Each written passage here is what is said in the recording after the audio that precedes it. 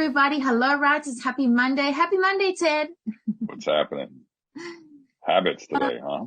Habits, good habits. Well, because I think I think bad habits are probably easier to form. I got a couple of them. Yeah. So what advice do you give? So let's just back this up a little bit. When you're building and creating, it seems like getting into good habits is the perfect foundation for that, right? To build up on. So what does that look like to you when somebody is like trying to create good habits or trying to form good habits? Yeah, I think it requires going back to what we talked a little bit of last week of like, where are you going to get the biggest bang for your buck with your activity? And then what habits are you going to build around that? So if it is writing, right, have you built a habit around writing? If it is marketing, have you built a habit around marketing? Self-care, right? Have you built a habit around your own wellness? So you think about all those different things. All of this supports, I think that habits are something that you just do unconsciously, right? It's like as part of your business, it's just a routine. Sometimes it doesn't even have to fall in your calendar. It's just, it's in your natural rhythm of life. Like when I think about, anybody that knows me, that I'm big into fitness, I don't wake up in the morning and go, when am I going to work out or how am I going to work out? I work out every day. It's habitual.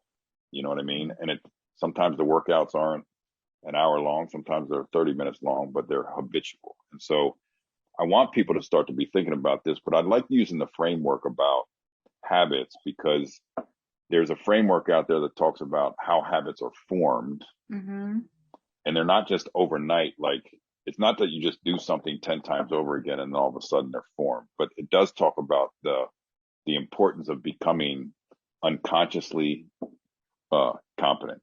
And so there's these 4 stages that they talk about what it takes to build a habit. And the first one is unconsciously incompetent. And all that means is you don't know what you don't know, right? Like you're not skilled or you don't have a habit in this space and you're incompetent, but you're unconscious about it. And so doing some of the work that Jade and I have suggested in the past couple of weeks, you are then going to become consciously incompetent. So let's use the social media thing. I have in the past couple of weeks researched the platforms as Jade suggested. I have learned I don't know anything about TikTok. I am now consciously incompetent, which is a great start. So now you're learning what you don't know and how you're going to have to fill the gaps. This is probably one of the most critical steps in building a habit. If you've done your research and said, you know what, something impactful to grow my business is going to be this, right? This part of writing or whatever it may be. But now I know I'm unconsciously consciously incompetent. Consciously incompetent. I know what I don't know now. So then the next stage would be to start to build. Can I ask you something quickly, Ted? Sorry, but for that stage, how many people do you think stop there by the overwhelm of what they don't know, and how do you encourage them to?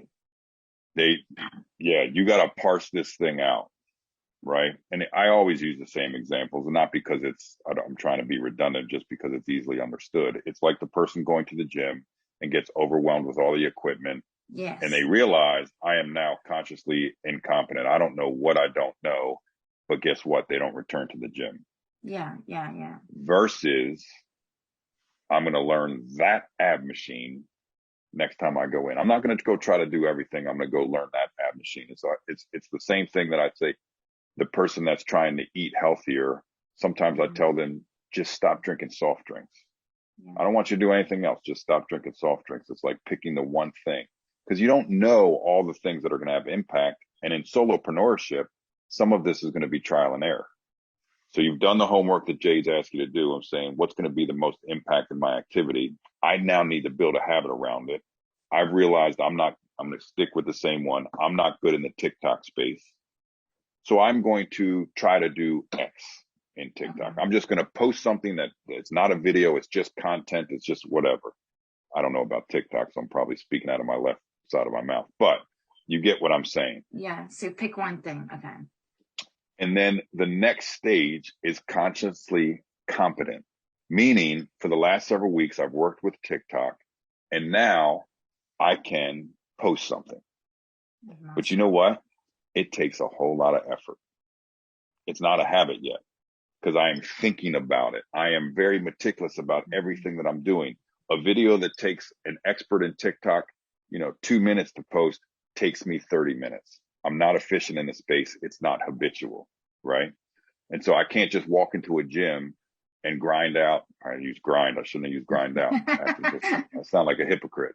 I can't just walk into the gym and work out for 40 minutes because I haven't done everything that requires building in the habit. The last stage in building a habit is unconsciously competent, which means I've now done my research. I've done my work. I've picked the most impactful spots on TikTok, and I'm getting on and I'm posting something in 5 minutes. It's unconscious. It's almost like second nature.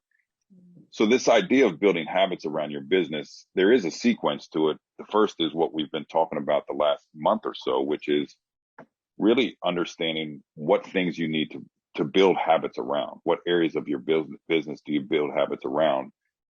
Figure out where you're incompetent, where your deficiencies are. And then to Jade's point, don't fall off the wagon because it's overwhelming. Just pick a couple small things to start building competency until, the better word, you feel like you're an expert in it. And it's just habitual. It's a natural rhythm. It's not intimidating. And it just becomes part of your day. I will say this as a caveat, because I know I'm just throwing up on you guys today. Not only should habits be second nature, but I have found the most impactful habits in my life are not time consuming either. Oh, wow. They're rhythmic and they're consistent. As so many people have heard me talk about, long-term consistency will always trump short-term intensity. And that goes hand in hand with time. The most impactful habits I have in my life, I don't work out for an hour and a half. I work out for 40 minutes every day. Okay. You know what I mean? There's just certain things that are impactful in my world, and they're not really time consuming, but they're done consistently over time and have had large impacts, in my world. Well, you might be too much of the conscious, and I gotta get the right phrasing, the I'll get you. Consciously competent level to answer this question. But are there any business habits and things that you do habitually for your business, not just for yourself, that you can think of that people need to do and might not even be aware of? 3 every morning, 3 check-ins by 7 a.m.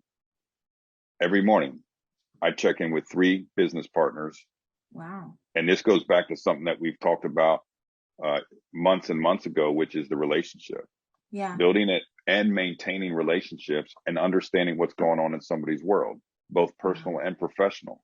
So I'm always hitting up certain people, and it's random. I'm affiliated with hundreds and hundreds and hundreds of people through the handful of clients that I work with. And I think about, something that I heard 2 months ago, and it's that quick, hey, Jade, I'm just checking in because I know X, Y, and Z was going on. Let me know if you want to connect, right? Staying in front of people. And so that's a business thing, right? And so again, by the way, Jade, not time consuming, hugely impactful, hugely impactful. Mm-hmm. It's so brilliant because it keeps you front of mind. So like to put that on the right turn, to think about that, like, and if you're just reaching out to a client, and we talked about this before, not looking for work or not looking for anything out of them, right? Just looking for that connection and building that relationship with them. And you do something every morning to just build a relationship with a client or potential client or potential like reach out of a client, that becomes essential. How fast you will build your business, I can't even imagine. 5 minutes. Yeah. 5 minutes of intention every morning, done consistently.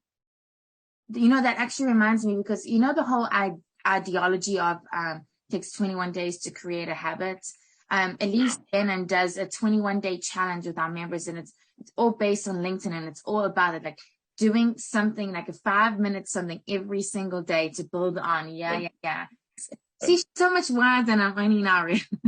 See, I like that. I like what Elise is saying, and that puts a stamp on what I'm saying. This isn't about time. Going back to what we've talked about recently about the grind and stuff. This is about consistency and small hits that have large impacts on your business. Yeah, love it. Awesome. So homework for today, Ted, is create just one. Should we try and get them start Well, one habits? yeah, I'd like to focus on that consciously incompetent. So if you've done what we've talked about, which is like, where do you need to zero in on? So the first question you have to answer is, where do I need to build a habit around? Mm-hmm. You know what I mean? And you could stick with the social media part and then zero in on the consciously incompetent part, which is, what do I need to learn here? Mm-hmm. And then start chunk away. But that's the real starting point. Like, where do I need to build habits and what don't I know? Yeah. Awesome. Okay. Thank you, Ted. Thank you for another mind-blowing week making us think and exercising this muscle. We will see everybody next week. Bye. Take care.